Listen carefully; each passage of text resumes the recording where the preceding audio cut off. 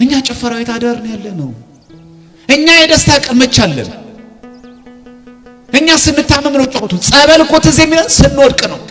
ማን ነው ለበረከት የሚጠመቅ?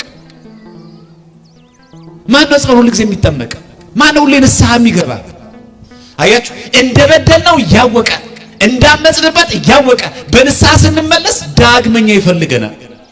የዛሬ ዓመት እኮ በድልሃል፣ ለዚህ ዓመት እኮ የምንገባ ሰዎች እኮ አልነበርንም። ዳግመኛ ግን ፈለገን። አይገርም? እኔ እኮ አያልፍልኝም፣ ብማርም አይሳካልኝም፣ ባገባም አልተሳካልኝም፣ ብሰራም እንደዚህ አይነት ሰው ነኝ። በቃ ተቀበዝባዥ አድርጎ ነው ይፈጥ አትበል። እድልህ አይደለም፣ አንተ ነፃ ፍቃድህ ነው። ማንንም እግዚአብሔር አምላክ አንተ የበታች ውድቅ ሆኖ አድርጎ የፈጠረው ሰው የለም። ኧረ እባካችሁ አጥምቁን፣ ኧረ እባካችሁ ስበኩን፣ ኧረ እባካችሁ መምህሩን። ቤተክርስቲያን እኮ እየተናወጠች ነው። መርከቧ እየተናወጠች ለጥ ብሎ የሚተኛ እረኛ፣ መርከቧ እየተናወጠች ማዕበሉ እየተናወጠ ምዕመናን እየተረበሽ ለጥ የሚል ምን አይነት ሰባኪ ነው? ምን አይነት አባት ነው እንዴ? መርከቧ እኮ እየተናወጠች ነው። እንደዚህ አይነት ሰዎች አሉ፣ ምንም የማይመስላቸው የክርስቲያኖች መሞት፣ የክርስቲያኖች መሰደድ፣ ከሀገር መፈናቀል ምንም የማይመስላቸው ለጥ ብሎ ተኝቷል። ከዮናስ የሚበልጥ ከዚህ አለ በሚል ርዕስ እንማማራለን። ይሄን የተናገረው መድኃኔዓለም ኢየሱስ ክርስቶስ ነው። የተናገረው ደግሞ ዮናስ ከነበረ ከብዙ ዓመታት በኋላ በመዋዕለ ሥጋዌው ጊዜ ለአይሁድ፣ ለፈሪሳውያን፣ ለሰዱቃውያን ለሁሉም የነገራቸው ትምህርትም ማስጠንቀቂያ አዘልም መልእክት ነበር። እንደምናውቀው ነነዌ ጾም ከአብይ ጾም 14 ቀን ቀድሞ ይጀምራል። ይሄ የሚታወቅ ነው። ሁሉ ጊዜ ነነዌ ጾም በእኛም በሶሪያ፣ በግብፅ፣ በአርመን፣ በህንድ በእነዚህ አብያተ ክርስቲያናት ይጾማል።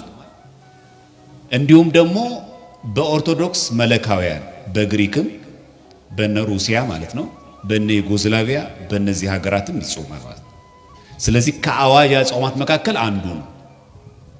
ይሄን ማወቅ አለ። ብዙዎቻችን ጾምን በተመለከተ በጣም ስናስብ ኢትዮጵያ ውስጥ እኮ በጣም አብዛኛው በጣም ጾም ነው ብለን እናጋለን እንጂ እኛ አሁን የአዋጅ ጾማት 7 ነው ያሉ።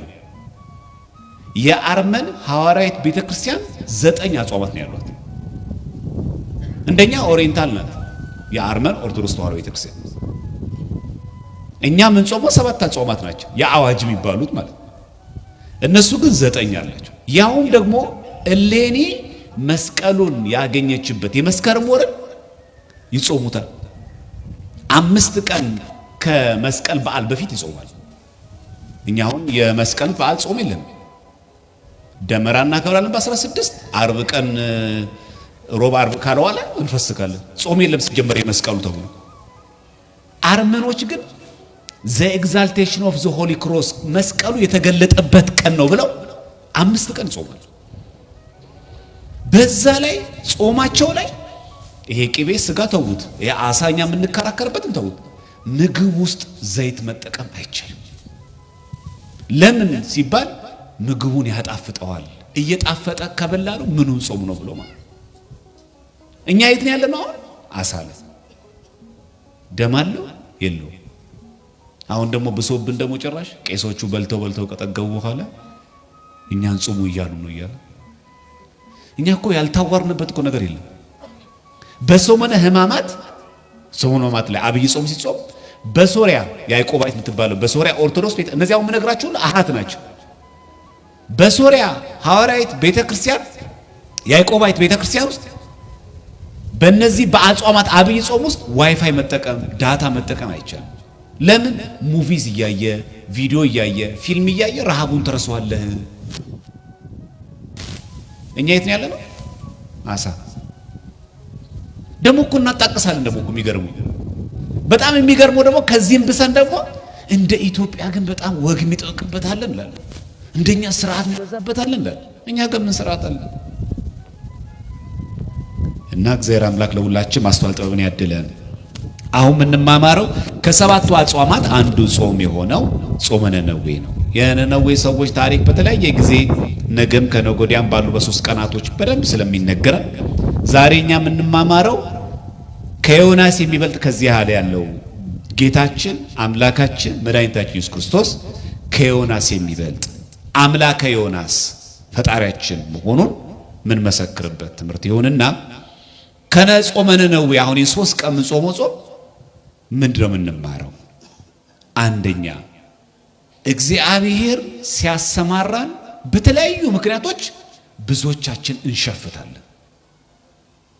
ለዓለማዊ መንገድ የተመረጠ ሰው የለም።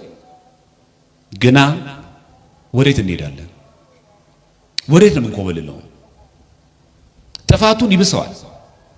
ዛሬም የኛ ልብ ኮብልለዋል፣ ሸፍቷል ልባችን። ከእግዚአብሔር ፊት ለመኮብለል ገንዘብ ከፍሎ ቢሳፈር ገንዘቡ መርከቡ አላዳነው። ዛሬ በጣም የጠፋን ሰዎች የኮብለልን ሰዎች የለን። ከቄስ ከዲያቆን ከሰንበት ተማሪ ከጽዋ ማህበር ከአገልጋዮች የሸፈትን ሰዎች የለን። በአካል እኮ እንገኘናል ቤተክርስቲያን፣ ግን ልባችን ሸፍቷል። አንዳንዶቻችን መሃል ቤት ያለን አለ ወደዛ ልሂድ እንዴ ክር ልበጥስ እንዴ እንዴት ነው ይያል ግራ ይገባል። ትንቢተ ዮናስ ምዕራፍ 1 ቁጥር 2 ላይ ተነስተህ አለው እግዚአብሔር፣ ተነስተህ ወደዚያች ወደ ታላቂቱ ከተማ ወደ ነነዌ ሂድ፣ ክፋታቸው ወደፊት ወጥቷልና በእርሷ ላይ ስበክ አለው። የጠራው እግዚአብሔር ነው ስበክ ያለው። ዮናስ ግን ይላል ከእግዚአብሔር ፊት ወደ ተርሴስ ይኮበልል ዘንድ ተነሳ፣ ወደ ኢዮጴም ወረደ። ወደ ተርሴስ የምታልፍ መርከብ አገኘ። ከእግዚአብሔር ፊት ኮብልሎ ከነርሱ ጋር ወደ ተርሴስ ይሄድ ዘንድ ዋጋ ሰጥቶ ወደ እርሷ ገባ። ብር ከፍሎ ምን ብሎ አሰበ? እግዚአብሔር እኮ እኔን ስበክ የሚለኝ በፊቱ ስላየኝ ነው። ትንሽ ካጠገብ እኮ ራቅ ብል ማንን ያዛል? በቃ ይተወኛል። ከእግዚአብሔር ወዴት ይሸሻል? ክርስቲያኖች ባለስልጣን ቢኮን ሀገርን ቀይር ይባል፣ አሳይለም ትልጠይቅ የአሜሪካ መንግስት የአውሮፓ መንግስት ይስጡኝ ብሎ ሰው ይሰዳል። በፖለቲካ ጊዜ ይሰዳል። ከእግዚአብሔር ወዴት የሚሰዱት ይቻላል? ሰው ከአንድ ሀገር ወደ አንድ ሀገር በፖለቲካ በተለያየ ችግር ጋር ተሰዶ ይወጣል። ጥገኝነትም ይጠይቃል። ከእግዚአብሔር ሸሽተን ማን ነው ጥገኝነት የሚሰጠን? ከዚህ እኮ ወጥተን ሌላ ሀገር ጥገኝነት ቢሰጠን ከለላ አለን፣ ጥበቃ አለን። የዛ መንግስት የዚህ መንግስት እንዳይነካም ብለን ከእግዚአብሔር ግን ሸሽተን እግዚአብሔር የማያስተዳድረው ከእግዚአብሔር እቅፍ አውጥቶ ብቻውን እግዚአብሔር የማያገኘው ቦታ የት ነው? ይሄን እያወቅን ዛሬም የኮበልን ሰዎች አለን። በጣም የሚገርም ነው። ዮናስ እምብየው ብሎ ሲያምጽ ምን ተከሰተ? መርከቧ ተናውጣ፣ ታሪኩን ስለምታውቁት ነው። ማዕበሉ ተነስቶ ዮናስን ጣሉት። ምን ተከሰተ? እግዚአብሔርም ዮናስን የሚውጥ ታላቅ አሳ አሰናዳ። ዮናስም 3 ቀንና 3 ሌሊት በአሳ ሆድ ውስጥ ነበር ይላል የዮናስ ትንቢተ ዮናስ ምዕራፍ 1 ቁጥር 7። በጣም የሚገርማችሁ ዮናስ ማለት የዋህ ርግ ማለት ነው። ዮናስ አልታዘዝም ብሎ አሳ ግን ታዘዘ። አይገርም? ማን ነው የሚያስበው? ማን ነው በአርአያ ሥላሴ የተፈጠረው? ማን ነው ሰው? እናንተ ምን እያሳየ ነው? እግዚአብሔር አምላክ አንተ ነብይ ነኝ ብለህ እንኳን ብትታበይብኝ ማለት እኮ ነው። እግዚአብሔር አምላክ አንተ ታምጻለህ አይደል? እኔ እኮ አምላክ እግዚአብሔር ካዘዝኩት እንኳን አንተ አሳምብር የሚታዘዝልኝ በባህር በጥልቅ ያለው በአርአያ ሥላሴ ያልተፈጠረው ያ አሳ ዮናስን ያ ሲባል እምብየው ብሎ አልሸሸው። አይ ወደ ጥልቅ በደንብ ግባ አለ ማሳንበሪው። እሺ አለ። ማን አዞታልና ነው? እግዚአብሔር አዞታል። ዮናስ እምቢ ሲል እግዚአብሔር አምላክ የተናገረ ነው። አሳ እሺ አለ። እኛ አንቀድስም፣ እኔ አላገለግልም፣ ሰንበቴቱ ሲፈርሳ ያለው ጽዋ ማህበሩ ሲበተና ያምልና። በጣም የሚገርማችሁ እኛ የናቅናቸው ጥልቅ ነበሩ። አረ ከቤተክርስቲያን የራቀ ሰው ነው ያልኳችሁ ሰዎች እነዛ ሰዎች መጥተው ይተኳታል። እንዳትሳሳቱ። ዮናስን ሲፈልገው ዮናስ ይሸሽ፣ ከዮናስ ይልቅ አሳ ታዘዘ። በማን ነበር የሚያምረው? በማን ነበር የሚያምረው? በዮናስ። ዘለውላችን ማስተዋል ጥበብን ያድለን። አይቹ እኛ በነገራችን ላይ ስናምጽበት ይብሳል።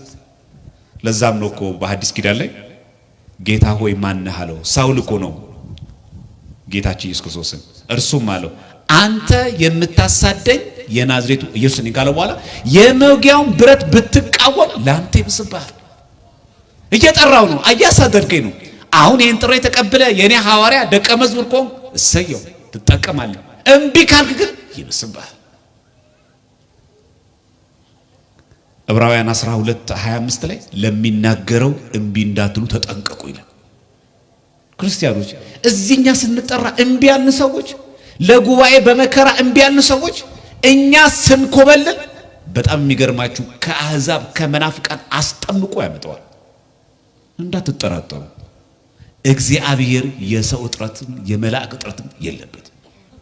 ምናገለግለው ለጥቅማችን። ዮናስ ምንድነው ሐሳቡ? መሄድ እኮ ችግር የለውም። የነነዌ ሰዎች በ3 ቀን ንስሐ ግቡ ብሎ መናገር ቀላል ነው ለሱ። ስበክን ያለው ሰማዕት ሁን እኮ አላለው። ስለኔ ሲል እኮ ሙት አላለው። እንደ ሞት ፈርቶን እንኳን እንደነ ሂድና ስበክ። የትንቢተ ዮናስ ምዕራፍ 1 ቁጥር 2-3 ተመልከቱ። ሂድና ስበክ እኮ ነው። ሰማዕት ሁን እኮ አላለው። አንገትን ከላይ ታች ብሎ ባትን ይቆረጡ ለኔ ስትል ስለ እግዚአብሔር መስክረህ ሙት እኮ ስበክ። እሱ ግን ምን አለ? ሄጄ ስበክ ብባል እግዚአብሔር አምላክ እኮ መሐሪ ነውና መማሩ አይቀርም። ከዛ እኔ ነብይ ሐሰት እባላለሁ። ክብሩን እኮ ነው ያስቀድማል። ከዚህ ከዮናስ ምን እንማራለን? የሸፈተ ልብ። በጣም የሚገርመው ዮናስ በመተማመን ገንዘብ ስላለችው በመርከብ ተሳፈረ። ገንዘብ ያደር መስሏችሁ ነው? ገንዘብ ተገና አድርገን ግሮሰሪ ስለገባን ከእግዚአብሔር እናመልጣለን? ገንዘብ ተገና አድርገን ወደ መናፍቃን አዳራሽ ስለገባን እናመልጣለን? ሰላም እኮ የለም። ለምን ይመስላችኋል? ከቤተ ክርስቲያን የወጡ ሰዎች በተለያየ ችግር ምክንያት በተለያየ በራሳቸው ምክንያት ከወጡ በኋላ የሚያንገበግባቸው ለምን ይመስላችኋል? ኮለላ ልብ፣ እረፍት የለማ። እግዚአብሔር ለሁላችን ሰላሙን ይስጠን። በእውነት በጣም ከባድ ነው። ሁለተኛ በእኛ ኃጢአት መርከብ ቤተ ክርስቲያን፣ መርከብ ትዳር፣ መርከብ ሀገር ትናወጣለች። ብር ከፍሎ ገባ ወደ መርከቡ። ምን ተከሰተ? እግዚአብሔርም ይላል በባህሩ ላይ ታላቅ ነፋስ አመጣ። ማን ያመጣ? እግዚአብሔር። ከዛስ በባህርም ላይ ታላቅ ማዕበል ሆነ፣ መርከቢቱ ልትሰበር ቀረበች ይላል ትንቢተ ዮናስ ምዕራፍ 1 ቁጥር 4። መርከቧ ማን የተናጋችው? በዮናስ። ቤተ ክርስቲያን አሁን እየተናጋች ያለችው ማን ነው? በእኛ በዮናስ። መርከብ የተባለች ቤተ ክርስቲያን ናት። መርከብ የተባለ ትዳር ነው። ትዳሩ የሚያናውጠው ማን ነው? አንቺ አትበል አንተ ነህ። እሱ አትበይ አንቺ ነሽ። መርከቡ እኮ እየተናወጠ ያመጣው እግዚአብሔር ነው። ማዕበሉ ያናውጠዋል። ትዳሩ ሰላማዊ እንዳይሆን፣ ሀገሪቷ እንዳትረጋጋ፣ ቤተክርስቲያን እንዳትረጋጋ ያደርጋል። የዚህ የመርከቧ መናወጥ ምንጩ እሱ ነው። አገልጋዩ ዮናስ። እንደዚህ አስበን ታውቃላችሁ? እኔ እኮ ነኝ የዚህ ትዳር ምንጭ ቢባል ኖሮ ትዳር ይፈርስ ነበር። እኔ እኮ ነኝ የዚህ ቤተክርስቲያን ችግር። እኛ እኮ ጠቋሚ ነን። ሲኖዶሱ፣ ጳጳሳቱ፣ ስብከተ ወንጌሉ፣ ሰባኪው እኔ የሚል ሰዋል። ይሄን ጾም ስንጾም ይሄን እያሰብን ጾም እኔ ነኝ የቤተክርስቲያን ችግር። እኔ ነኝ ትዳሬን እየበጠበጥኩ ያለሁት። አልረጋጋ እንዲል ያርኩት እኔ ነኝ። ለሀገር ሰላም ጠንቀንኩት እኔ ነኝ። እኔ እኮ ቅዱስ ብሆን፣ እኔ እኮ በእግዚአብሔር ትእዛዝ ብጓዝ እንደዚህ አሁን ነበረ። እኔ ነኝ የሚል ሰው። የቤተክርስቲያናችን መርህ ምንድነው? በሃይማኖት ብትኖሩ ማን መርምሩ የሚለው? ራሳችሁ መርምሩ። እኔ ነኝ እስቲ እንበል። እንዲህ ካለ ትዳሩ እኮ ችግሩ እኮ ይቀርፋል። የተጠቋቆምን እኮ ነው ችግር የፈጠርነው። ሰው መሰለች እያለ ያማል፣ ሰው መሰለ ባሌ እያለች ታማለች። እንዴት ይረጋጋ? እኔ ነኝ የሚል ጠፋቁ። ሁሉም ራሱ ለማስመለጥ ነው። ቤተክርስቲያን የሁሉ ችግር ገጠማት። ለምን ክርስቲያኖች በየጊዜው ይገደላሉ? ለምን ካህናት በየጊዜው ይታረዳሉ? ለምን ቤተክርስቲያን በየጊዜው ለምን ይቃጠላል? ምን ሆነን ነው? የዚህ ችግር ማን ነው? እኔ በቃ ጾም ነው ሲጾም እኔ ነኝ እንበል። ዮናስ ገባ። የበጠበጠው እኮ ማዕበሉን መርከቡ ብቻ እኮ አይደለም፣ የበጠበጠው ተሳፋሪዎቹን ጭምር። በመርከቧ ውስጥ የነበሩ ሰዎች ተረበሹ፣ ምንም በሌሉበት። እንደዚህ አይነት ሰዎች የለንም እኛ። በመግባታችን ጽዋ ማህበሩ ይበተናል። ያልተፋነው ዘረኝነት አለ። ከዛ ጽዋ ማህበር ውስጥ በጎሳ በጎጥ ስንመሰረት ሌሎቹ እየበጠበጡ እርስ በርስ እየተባሉ ጽዋ ማህበሩ ይበተናል። ማን ነው በጥባጩ? እኛ። ሰንበት ትምህርት ቤቱን ምናምስተው ከሰበካ ጉባኤ ከቤተ ክርስቲያን አባቶች ጋር እንዳይስማማ ምናደርገው እኔ። እስቲ እኔ በሉ እኔ ቀንድ ይላል። ወጣትነት ለምንድን ነው ያልተረጋጋው? ትዳር ብቻ እኮ ነው። ለምን ሰላም ያጣው? ጥሩ ስራ አለ፣ ወጥ ትገባል፣ እርጋታ የለም። ለምን ተናወጠ? የችግሩ ምንጭ ማን? አንተ አንቺ እኮ ነሽ። ለምን እንዳትረጋጋ ያደረገው? ኮበለልክበት ከእግዚአብሔር ወጣ፣ አፈነገጥክ። ቅዳሴ ላይ የለህም፣ ከስጋው ደግሞ ርቃ፣ ቤተክርስቲያን መጣ አትማርም። ሁሌ የምጠቁመው ሰው ላይ ነው። እኔ ማለት ሲጀመር ነው ንስሐ የሚመጣው በዚህ ነው። ሁለቱን ሰዎች አይታችኋል? ቤተ መቅደስ ገብቶ ሲጸልዩ ቀራጩ እና ፈሪሳዊ። ቀራጩ ምንድን ያለው? አቤቱ ወደ ቤት ጣራ ገባ ዘንድ አይገባኝም ብሎ ወደ ሰማይ እንኳን አንጋጦ መጸለይ ከበደው። ፈሪሳዊስ ቀራጩን ያየ እንደዚህ አይነት ቀራጭ ኃጢአተኛ ባለማድረግ አመሰግናለሁ። ማን ጸድቆ ተመለሰ? ማን ነው ጸድቆ የተመለሰው? ቀራጩ። ሰው ላይ እየጠቆመ እኮ ጸሎቱን ያደርግ። አንተ የፈለገ ሴት ትሁን፣ የፈለገ መጥፎ ህይወት ይኖራት፣ አንተን የተቀበለ እሷን ቢቀበል ምን ችግሩ? ማን ጠቋሚ ያደረገ? በጣም የሚገርማችሁ መርከቡ እንድትናወጥ ያደረገው እሱ። ዛሬም መርከብ ቤተክርስቲያን እንድትቸገር ያደረገው እኛ ነን። መርከብ የተባለ ትዳር እንዲናወጥ፣ ልጆች ያለ አባት ያለ እናት እንዲያድጉ የምናደርገው እኛ ነን። እኔ ትዳር ችግር የሚቀርፈው ከዚህ ነው። እሱ አይደለችም። እኔ እኮ ብስተካከል፣ እኔ እኮ ብታገሳት፣ አንቺም ልክ እንደዚህ አንደበቴን እኮ ብሰበስብ፣ እኔ እኮ ብታገሰው እስቲ እንበል። ከዛ ንጹህ እስቲ እኔ እኮ ማለት አንወድም። እችንማ ካላመነ ይሄንማ ካላመነች በቃ አንገቴ ላይ ይለያልና። ትንሿ ቤተክርስቲያን ቆና ትዳር ሀገርስ እንደዚህ አይደለች። ወጥቶ ለመግባት ችግር ነው። ይሄው አዲስ አበባ ምድር ላይ እንኳን እየኖር እዚህ ከተማ መሃል ላይ ቆን በጊዜ ግባ ታቹ እንዲናወጥ ያደርጋል። እኛ ክርስቲያኖች ብንሆን ኖሮ፣ ጸሎተኛ ብንሆን ኖሮ እግዚአብሔር አምላክ አይሰማም ነበር። እኛ ሶስተኛ ከዮናስና ከነዌ ሰዎች እንማረው። እረኛ መምህራን መንፈሳውያን ተኝተው ልንቀሰቅሳቸው ተልከን እንቀሰቀሳለን፣ ልንሰብካቸው ሄደን እንሰበካለን። እንዲህ ይላል፣ መርከበኞቹን ፈሩ ይላል። ማዕበሉ ሲናወጥ ነው ፈሩ ይልና እያንዳንዱ ወደ አምላኩ ጮኸ። መርከቢቱ እንድትቀልላቸው በውስጧ የነበረውን ዕቃ ወደ ባህር ጣሉት። ችግሩ ግን ማን ነው? ችግሩ ግን ማን ነው? ኮሚቴ አይደለም ችግሩ። የችግሩ ምንጭኛ ሆነ። ስብሰባ ይሰበሰባል፣ ሰንበት ቤቱ ሀገረ ስብከቱ ይሰበሰባል። ችግሩ ስብሰባ አይደለም፣ ዕቃው በዛ ለሚቀለው ችግሩ እኛ ነን። እግዚአብሔር እኔ ነኝ ብለን ጥፋታችን አምነን ንስሐ እንድንገባ እሱ ይርዳን በምሕረቱ። አሁን ትልቁ ችግር አሁን እኛ እኔ ነኝ ጥፋተኛው ማለት አንወድም። ይቅርታ እኮ በጣም ነው የምታቀረን። አላያችሁ እንዴት እንደምታቀረን? የለበጣ እኮ ነው ይቅርታችሁን ራሱ እንገናኛለን እኮ ነኝ ቀን እየጠበቅን እኮ ዕቃ ሁሉ ጣሉ። ችግሩ እሱ አይደለም። በጣም የሚገርመው ይሄ አይደለም። ዮናስ ግን ወደ መርከቡ ውስጠኛ ክፍል ወርዶ ነበር ይልና በከባድ እንቅልፍ ተኝቶ ነበር። እቺን በሉ እስቲ በከባድ እንቅልፍ በሉ ተኝቶ ነበር።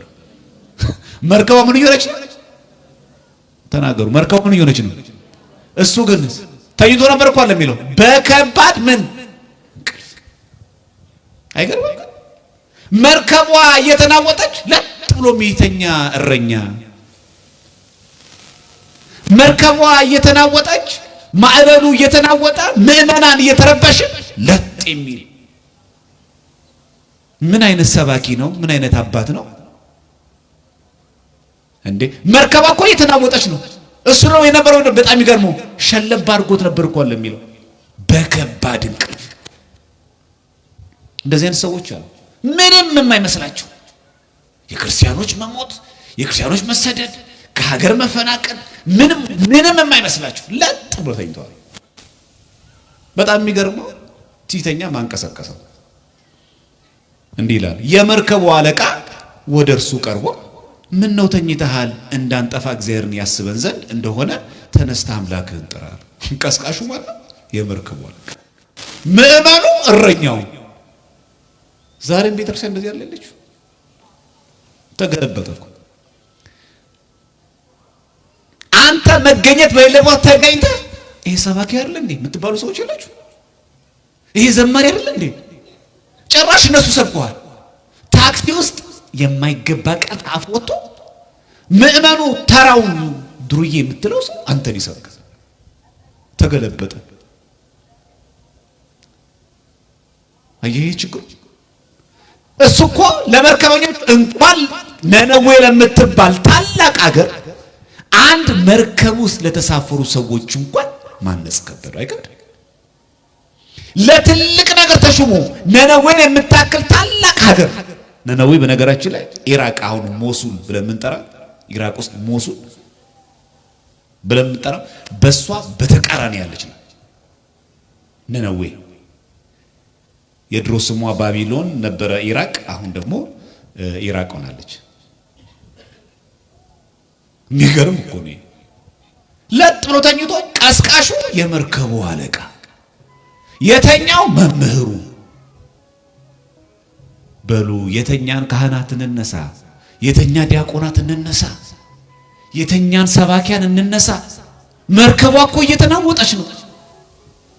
ኧረ እባካችሁ አጥምቁን፣ ኧረ እባካችሁ ስበኩን፣ ኧረ እባካችሁ መምህሩን። ቤተክርስቲያን እኮ እየተናወጠች ነው። እግዚአብሔር ማስተዋል ለሁላችንም ያድለን በእውነቱ። እንደው አሁን ከዚህ ነገር እንደው አትማሩ። የመርከብ አለቃ ዮናስን ሲቀሰቅሰው ቀስቅስ የተባለው ነነዌ ሂድ እኮ ለትልቅ ሀገር ተሹሙ፣ ለመርከበኛም አልበቃ። አንተ እኮ መጠንህ እኮ ያድል ነበር። እግዚአብሔር እኮ የፈለገን እኮ ለትልቅ እኮ፣ እኛ ግን አንሰን ተገኘን። ሲጠብቀን በቻልነው ለማይገባ ነገር። የሚገርመው ልትሰብካቸው የሚገባቸው እነዛ ሰዎች አንተን ይሰብካሉ። ለስሙ የሰንበት ተማሪ ነህ፣ ለስሙ ዘማሪ ነበርሽ፣ ለስሙ ቀዳሽ ነበር፣ ለስሙ ሰባኪ ነበር። እንዴ አንተ ግን ክርስቲያን አይደለም ይላሉ። አንተ ግን ኦርቶዶክስ አይደለም፣ አንተ ግን ዲያቆን አይደለም ይሉ። ያለ ቦታው ተገኝቶ እኮ ለጥ ብሎ ተኝቷል። ዛሬም እንደዚህ ነኝ። ለጥ እያየሁ ነው። ትዳሩ እንደሚናጥ እንደሚናወጥ እያወቀ ለጥ ያለ እኮ አባወራለ። ምን ይበተና ይላል። ልጅ ወልዶ ስንት አፍርቶ ምን ችግር አለው? ህይወት ይቀጥላል ይላል። ለጥ ብሎ የተኛ ሰው አለ። ወጣትም ለጥ ብሎ የተኛ ሰው አለ። አያነብም። ትልቁ ችግራችን አናነብም። አታዩ ማህበራዊ ሚዲያ እንዴት መናፍቃን እንደሚዘሉ የኛ ለማወቃል። እኛ ብንማር ጉባኤ ብንከታተል ሰንበት ቤት ብንማር መንፈሳዊ ኮሌጅ አለ። የማታ ብንል ዊኬንድ ብንፈልግ ስንት ነገር አለ። እንደው ለማወቅ ይፈልግ የግድ ዲያቆን ካልሆንክ ቄስ ካልሆንክ የለም። በዚህ ሁሉ መካከል እንማራለን። ትምህርቱን ግን እኛ እንፈልገው ያቀረናል። በሉ ዛሬ ዮናስ ለጥ ብሎ ተኝቶ ቀስቃሾቹ የመርከቡ አለቃ። በጣም የሚገርሙ ደግሞ እግዚአብሔርን ጥራ አለው። በስማም ሰበከው እሱ። እንዴት ያሳፍራል! ክርስቲያኖች እንዴት ነው የሚያሳዝነው! ዛሬ እኛ እንደዚህ መሆን ነበረብን። ክርስቲያኖች ነነዌን ስናስብ ይሄን ማሰብ አለብን። አራተኛ ማናችሁ ብንባል እኛንን የማንል ቦታ ላይ አንገኝ። አሁን ዮናስ ቦታው አልነበረም። ጠየቁት። ባላመነበት ባላመኑ ሰዎች ዘንድ ኃጢአቱን አመነ። ዛሬ ከማን ጋር ነን? የትዳር አጋራችን ማን ናት? ከማን ጋር ያለው? ዮናስ የማይገባው ተኝቷል። እንደዚህ አይነት ሰው እኮ አለ። አህዛብ የሆነ የትዳር አጋር ይዛ ለጥ ላይ ተኛቸው ትሮክሳለች። እናንተ ስታካብዱ ነው። ፍቅር ነው ዋናው። ልክ ሊጋቡ ሲደርሱ ግርሽን ካልወጣች ሲላት እስቲ ከበደኝ፣ አሁንስ እሱም መተው ከበደኝ። ከማጋ ነበርክ? ከማጋ ነበርሽ? ለጥለን ከተኛም በኋላ አንተስ ከማጋ ነበርክ? በእምነት ከማይመስላችሁ ጋራ በማይመች አካሄድ አትጠመሩ። እንዳይታት የተናጠቆ ያየው እንደማይሆን እኮ ታውቀዋለህ። አላስጠመካትም፣ አላስተማርካትም፣ ወደ ካህን አላመጣትም። ወዴት እንደሚሄድ እኮ ታውቀዋለህ። እግዚአብሔር ለሁላችን ማስተዋል ጥበብን ይስጠን። የት ነው መገኘት ያለብን? ቦታችን የት ነበር? ከዛ ምን አሉት መሰላችሁ? ትንቢተ ዮናስ ምዕራፍ 1 ቁጥር 8 ላይ የዛን ጊዜ ይህ ክፉ ነገር በማን ምክንያት እንዳገኘን እባክህ ንገረን አሉት። ጭራሽ ስራህ ምንድነው? 1 ከወዴት ነው የመጣኸው? 2 ሀገርህ ወዴት ነው? 3 ወይስ ከማን ወገን ነህ አሉት ይላል። የፖሊስ ምርመራ አይመስልም? ማነህ አንተ? እኛ እንደዚህ መርከቧ የተናጠች አንተ ነው ጥለተኝታ። በጣም የሚገርም ነው። ቀሰቀሰው፣ ጠየቀው። ምን ተተግባርከ አይቴ ብሔረከ ዋይ ህዝብከ፣ ህዝብህስ ወዴት ነው አሉት። የት ነው ሀገር የሚሉት አይመልስላቸውም። ምን ይላል እሱ? ዕብራዊ ነኝ አለና ምንድነው ስራ ሲባል ምን አለ? ባህሩና የብሱን የፈጠረውን የሰማይን አምላክ አመሰግናለሁ፣ አመልካለሁ አለ። ምኑ ተናገረ? ዕብራዊ ነኝ አለ። እስራኤላዊ ነኝ አለ። ማነህ ሲሉት ቀጥሎ ምን አለ? ባህሩንና የብሱን ነው የሚያናውጠው እኮ ነው። ባህሩንና የብሱን ከዛስ የሰማይን አምላክ እግዚአብሔርን አመልካለሁ። ስራ የሱ ነው። አሁን የሚመሰከረው በአሕዛብ ዘንድ ነው። ያለ ቦታው ምን አለች ምስክርነት ወደ ነዌ ሂድ ሲለው የዛን ጊዜ አዎ ልክ ነህ አምላኬ፣ እኔ ፈጣሪ፣ የኔ አምላክ አንተ ልክ ነህ እሄዳለሁ፣ አንተ እኮ የብሱም የባህሩ ፈጣሪ ነህ ብሎ ሽሎ ታዟል። ያለ ቦታው እንደዚህ አይነት ሰዎች አሉ። ጥንብር ብሎ ሰክረው ዲያቆን እኮ ነበርኩኝ ይላል። ግሮሰሪ እኮ ነው የሚሉት እንደዚህ። መሽታ ቤት እኮ እንደዚህ መሰከረው። ሳትብሎታል እኮ ሙቅ ብሎታል እኮ ያለ ቦታው። ቄስ እኮ ነበርኩኝ። የት ነው የተመሰከረው? የት ነው? ዕብራዊ ነኝ እግዚአብሔርን ማመልከው። ጥሩ የት? ስለዚህ ለምን ሆነ ይሄ? እግዚአብሔርን የምታመልክ ከሆነ ለምን እንደዚህ ሆነ? የባህሩንም የብሱንም የፈጠረ እሱ ከሆነ ማዕበሉን ጸጥ የሚያደርግ ከሆነ አንተ ምን ሆነ ነው እንደዚህ ሆንከው አሉት። በጣም የሚገርመው መርከበኞቹ ጸሎት ልመና አቀረቡ እንጂ አልፈረዱበትም። አይገርም? ለካ ባንተ ነው ዋናው። ድሮም እኮ እኔ መምህር አይመቸኝም አላሉ። እኛ ብንሆን በዚህ ዘመን እንዴት እንደምናረጋቸው የንስሐ አባቶቻችን። እኔ ድሮም ቄስ አይመቸኝም ነቁም። እኛ እንደዚህ ብናገኝ አንድ ቄስ እንደዚህ ሆኖ እኛ ብናገኝ እኛ ጻድቅ ሆነን ኧረ በስመ አብ። መጀመሪያ በተኙበት አንድ ፎቶ ብድግ እናነሳለን። ምስክርነት ነው ለሚዲያ ለቲክቶክ ብድግ እናደርግ። ተመልከቱ ቤተ ክርስቲያን እንደዚህ ሆነ ለጥ ነው የሚተኙ ቄሶች። እንኳንም በዚህ ዘመን አልሆነ ሲጠብቀን ምን አረጉ እነሱ? እርሱም ይላል በጣም የሚገርመው እኔ ነኝ ጥፋተኛው ከእግዚአብሔር ኮብልዬ ነው የመጣሁት አለ። ዕብራዊ ነኝ የማመልከው የብሱንም ባህሩን የፈጠረው እግዚአብሔርን አመልካለሁ ብሎ ከመሰከረ በኋላ ምን አሉ እነሱ? አካንተን አላሉትም። እርሱም ይላል ይህ ታላቅ ማዕበል በእኔ ምክንያት እንዳገኛችሁ አውቃለሁና መሰከረ። አውቃለሁ አንስታችሁ ወደ ባህር ጣሉኝ፣ ባህሩን ጸጥ ይላችኋል አላቸው። ከዛ እነሱ ማለት ቀላል ነው አለ። ሰዎቹ ግን በደንብ ስል ማን ሰዎቹ ግን ወደ ምድሩ ሊመልሱት አጥብቀው ቀዘፉ። አንጠለው አመነኩ ኮብልያለሁ አለ። እግዚአብሔርን አሳዝኛለሁ ብሏል። መፍትሄውም የሆነው እኔ እመጣለሁ ብሏል። እነሱ ማረቁ እንደምንም ብለው ግን መርከቧን ወደ የብስ ለማስጠጋት ሞከሩ። ዳሩ ግን ባህሩ እጅግ አብዝቶ ይናወጥ ነበርና አልቻሉም። ማን ስላልፈቀደ? ሁላችሁም መልሱ። ማን ስላልፈቀደ? እግዚአብሔር ስላልፈቀደ አልተቻለም። እንዴት አደርጋላችሁ እናንተ? የሰከረ ቄስ አግኝታችሁ እንደምን ማክሱ ደብቃችሁ ሸፍናችሁ በጓሮ ታስወጣላችሁ? እስቲ እንደዚህ ያርጉ እንደምቀዛፊዎቹ እንደምንም አርገው አናውጣው መርከቧን ወደ ዳር ለማድረስ። ከዛ ሰውየው ባህር ውስጥ ከመጣል ዮናስ የብስ ላይ ለማስቀመጥ ማንን ፈርተው? እግዚአብሔር ፈርተው። እስቲ የወደቀን በድያለሁ አሳዝኛለሁ ያለው ያንን ቄስ ያንን ዲያቆን ያንን የሰንበት ተማሪ እስቲ ድብቅ አርገውና እስቲ ሸፍነስ ወደ ዳር አውጣው በሉ። ነነዌ ምን ጾም ከሆነ ይሄ ነው። 3 ቀን ናት፣ አጭር ናት አይደለም። ይሄ ነው ጾም።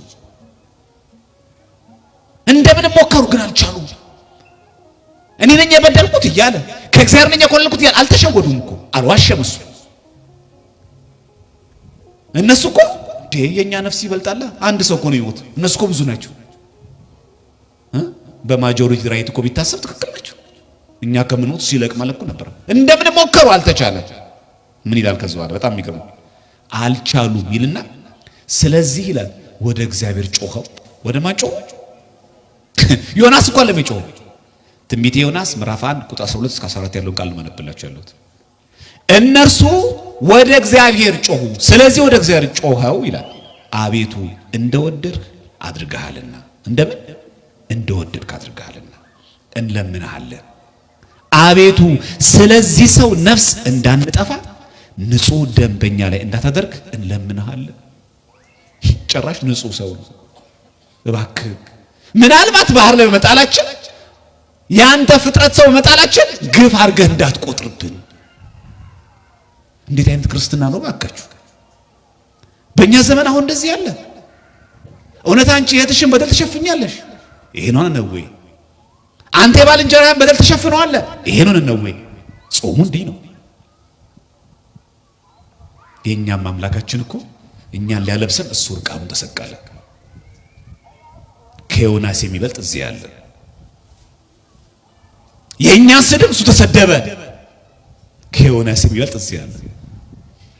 እነሱ በለጡት፣ ጌታችን ክርስቶስ ግን ማንም አይበልጠው። እነሱ ለሱ ተክተው ለመኑ፣ እሱ ለኛ ተክቶ ለመነ። የሚያደርጉትን አያውቁምና ይቅር በላቸዋል። ከዮናስ የሚበልጥ እዚህ ያለ።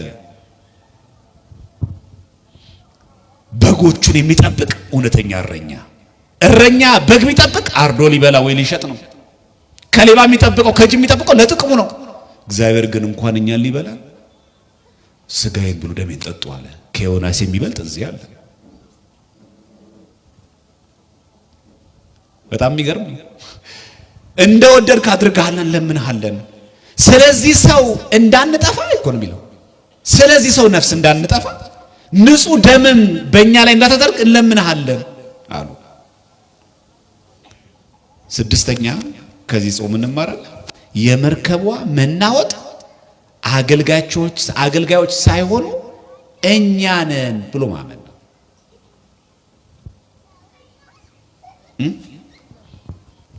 ዮናስ ደስ አይልም? ምስክሮት ራሱ እኔ ነኝ አደሰ እኔም ብጥሉ ይስተካከላል። ስለዚህ እንደዚህ እንበላ አለቃው ናቸው ከምትል መጀመሪያ እኔ ነኝ። እኔ ከዚህ ጽዋ ማህበር ከወጣው ይስተካከላል። እኔ ከተስተካከልኩ ይስተካከላል። የዚህ ሰንበት ቤት ሰላም ማጣት እኔ ነኝ። የዚህ ትዳር ማጣት እኔ ነኝ። ትውጣልኝ ሳይሆን አንተ እኔ ነኝ። በራሳችን ሲንፍረድ ነነዌ ማለት ይሄ ነው። 3 ቀን ጾም ማለት ይሄ ነው። ስለዚህ ራሳችንን በንስሐ እንጣል። በጣም ይገርማል። ዮናስ አልታዘዝ ሲል አሳ አንበሪ ታዘዘ። ምን ተከሰተ? ዮናስንም ወስደው ወደ ባህር ጣሉት። ባህሩም ከመናወጡ ጸጥ አለ። እግዚአብሔርም ዮናስን የሚውጥ ታላቅ አሳ አሰናዳ። ደስ ምህረቱ ብዛቱ የታባ አላለው። ጌታችን ሲሰቀል እኮ አልዛተም። እያንዳንድሽን ከሙታን ስነሳ አገኝሻለሁ አላለ። እኛ አሁን ከ3 ቀን በኋላ ከሙታን እንደምንነሳ አስበን የአዲስ አበባ ሕዝብ በሙሉ ቢሰቅለን ምን እንደምንለው እገሌን ተቀየርክብኛል እንገናኛለን። እሑድ እኮ ናት ነገ። እሱ ግን አልዛተም። ከዮናስ የሚበልጥ እዚህ ያለ አልዛተም። አይ ለዚህ ነው ብዙዎቹ ምን ያረጋል ነው ወይ ብሉይ ኪዳን ነው ጌታችን እኮ የጠቀሰው። ቤተክርስቲያን ነው የምታሰናስለው። 3ቱ ቀን እኮ ቅዳሴ አለ። 3ቱ ቀን እኮ ስጋው ደሙ አለ። የጾም ዓላማ የክርስቶስ ስጋ መቀበል ነው። የምግብ አድማ እኮ አይደለም። በጣም የሚገርመው እግዚአብሔርም ዮናስን የሚውጥ ታላቅ አሳ አሰናዳች። ምህረቱ ብዛቱ ባያሰናዳስ ተውጦ ይሞት ነበረ።